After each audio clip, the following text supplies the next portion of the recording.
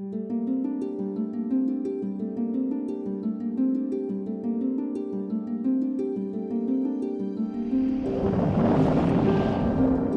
trip began in the summer of 1975. First one spacecraft, then another, launched toward Mars by Titan Centaur rockets, the beginnings of a voyage of exploration and discovery. Viking presented a whole new picture of planet Mars. As Viking entered the atmosphere of Mars and went through the atmosphere of Mars, it made measurements of the chemical composition and isotopic composition of the atmosphere.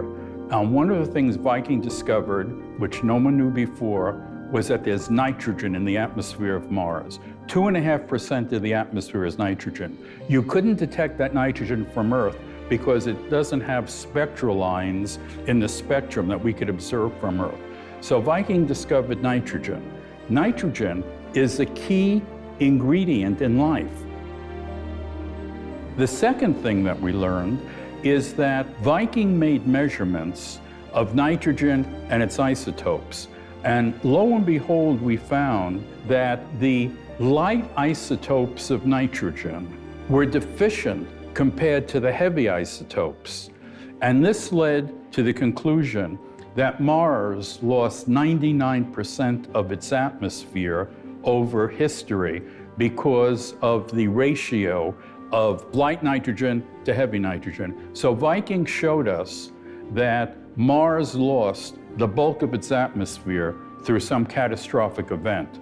Now, the Maven spacecraft in 2013 told us what that catastrophic event was, and it was the bombardment of the Mars atmosphere by solar wind, causing it to be lost. But Viking predicted that Mars lost the bulk of its atmosphere.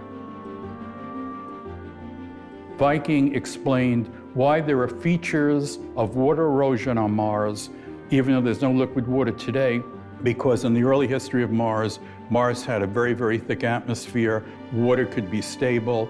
That water was lost when the atmosphere was lost. So Viking gave us a whole new picture of planet Mars, and at the same time gave us a new picture about the evolution of planet Earth. Viking is the only spacecraft in the history of humankind to carry 3 experiments to search for active life on Mars. 2 of the experiments gave negative results, no life. The 3rd experiment, called the labeled release, indicated that there was life on Mars, and 40 years later, we're still debating whether or not there's life on Mars. They have framed the questions. They've designed a mission of incredible complexity. And they've dreamed and imagined and built a spacecraft even more complex. The people in this room know more than their predecessors. They've been there vicariously through earlier picture-taking spacecraft, also sent to Mars by NASA. Yet, they really know very little, and that's why they wait.